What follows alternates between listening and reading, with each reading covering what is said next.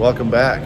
I guess it's Turbo's Toy Box channel, but we're in a makeshift location today because there's a hoist and I don't have any in my garage. So we're working on Dustin's Jeep, and it has some Jeep issues. So the Jeep issues it has are bad bushings in the rear lower link arms, lower control arms, and rotted out gas tank support skid plate. So he picked up another one of those from a junkyard that was pretty solid, and a trailer hitch, so that we can have recovery points on the back of the Jeep when he's out playing in the woods. And that's what we're going to try and get done today. So wish us luck. Crazy enough, the bolt actually is spinning through that. Hopefully, I'm praying that it's not seized into the sleeve in that bushing. I guess we're gonna find out in a minute once we get the nut off on the other side. Ta-da! So, 21 millimeter headed bolts and nuts, and they actually came out. So that was good. We did have to use a little heat on the nut for this one here, because it was kind of rust stuck, but once we got the nut warmed up, things came right apart. So I was able to take the wrench, put it on the nut, and let it rest against the axle housing between the emergency brake cable and the axle housing. So the wrench was kind of trapped there. We could hit the other end with an impact gun and not worry about somebody else's hand getting pinched or smashed or anything. So far so good, not too bad. Got the new one.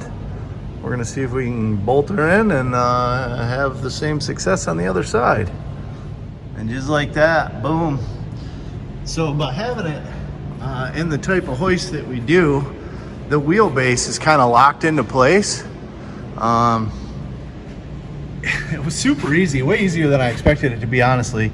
Once you got the bolts out, I mean, you can just slide the bolts out with your fingers, and they line right back up just as easy. So, because everything's wheelbase locked into place, you know, the arms didn't get closer or further away, and bolts slid right in. So that didn't go too bad.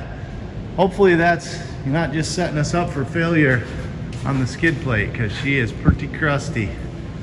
So now, we gotta see if we can do anything with these.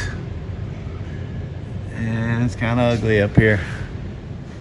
So we got the first 3 bolts out of this side,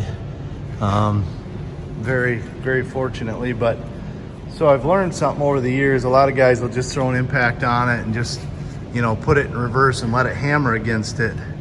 What happens is the bolt being up in that hole for an extended period of time, you know, it's clean here, but then the threads will rust and get rust buildup on the upper threads. So you come down and you hit that rust that's on the upper threads, and you keep hammering against it, and it'll break the bolt off or strip it out.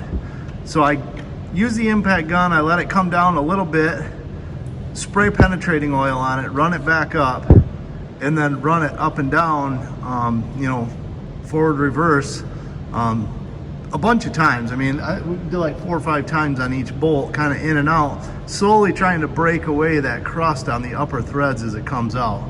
And with this side, we've had luck. So we got 3 bolts out of the passenger side. We're hoping that we have similar luck on the driver's side.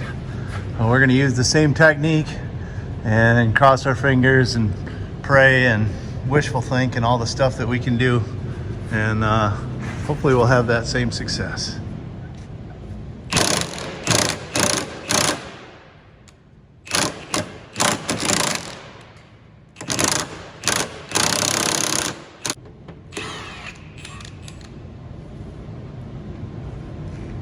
One by one.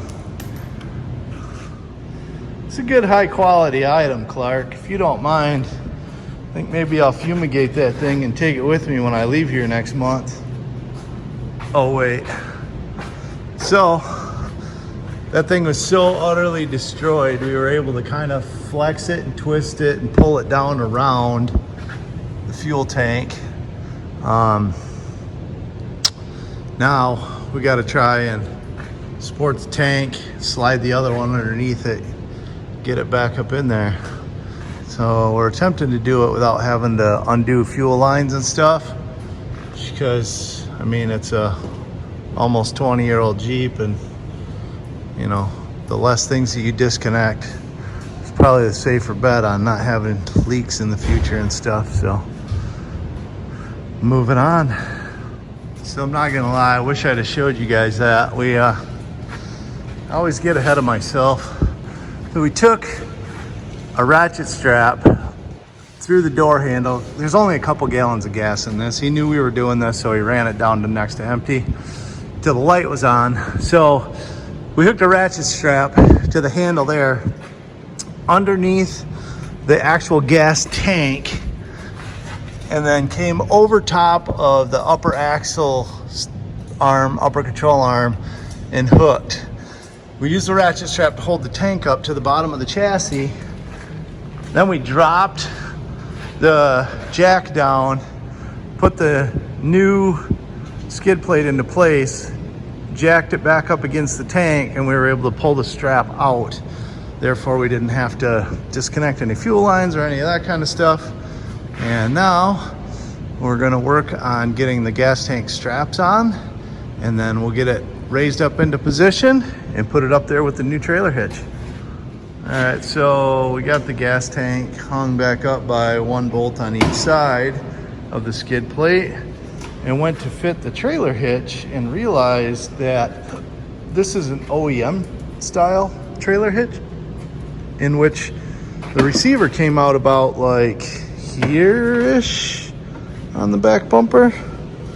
So we're actually gonna have to do some trimming of the bumper cover to fit the hitch. So right now we're in the process of popping the bumper cover off, which has got like a little Torx fastener next to the taillight, and then some of your double push-pull pin fasteners across there and in the fronts of the wheel well. So we're gonna pop that off the rest of the way, get the cover out of the way.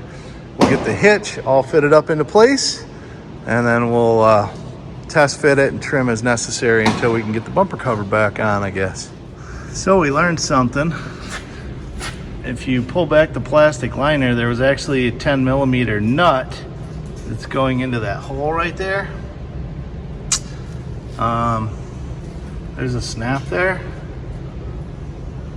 Oh yeah, no hitch. Huh, interesting. All right, so now we got the hitch on, skid plate on. Now we got to work on trying to fit this bumper cover. So there's actually a molded line on it, right? You can kind of see.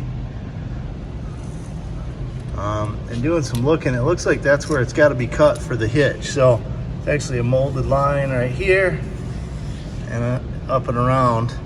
And I've got one of these little air saws. I actually have one at home too. These things are super handy. And we're gonna follow that line and trim it out. Sure enough, that line gives us the exact cutout we needed for the hitch. Now we just got to get the bumper finished, installed, and we're ready to go two-tracking. And we're back on the ground with a gas tank that is now safely held into place and a trailer hitch. So we've got a recovery point on the back, some new lower control arms so it doesn't feel like the back end's swaying all over when you're driving. I think she's ready for the color tour next weekend. So no job is done right unless you go for a test drive. So run the Jeep. Dio is already impressed. As it used to be, you'd hit the gas, the back end would go one way, and then you'd let off the gas and it would go the other way. It doesn't do that anymore. Already, and just driving out the driveway of the shop is crazy. Feel like a new Jeep again? Yes. So this Bobcat's been in my garage for like a few months, back and forth. They don't make a carburetor for it anymore. They don't make a rebuild kit for the carburetor. So ended up the neighbor machined an adapter and we put a Weber carburetor on it, a little universal one barrel thing that he found, and Gave it a tune up, and we're just getting it fired up and running, moving around the yard a little bit, trying to get her dialed in for him here.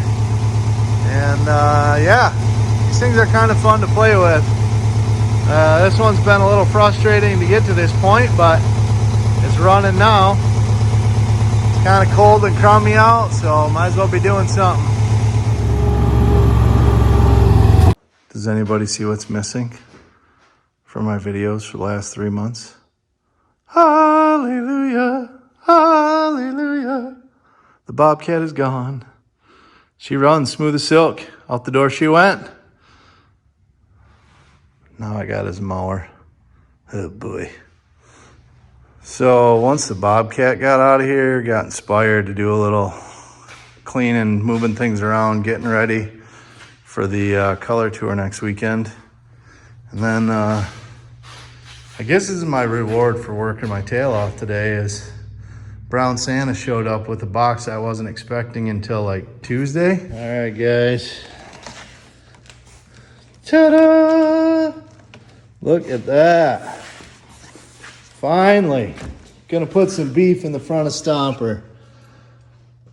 So I'm on my 4th stock housing I bent. And yeah, I'm over bending stock housings. So it looks like we may have to make a call. We've got a severely bent stud and a broken off stud here. I don't know, hopefully they'll do something for me. We'll see. But I'm assuming that little box is the axle shaft that goes with it.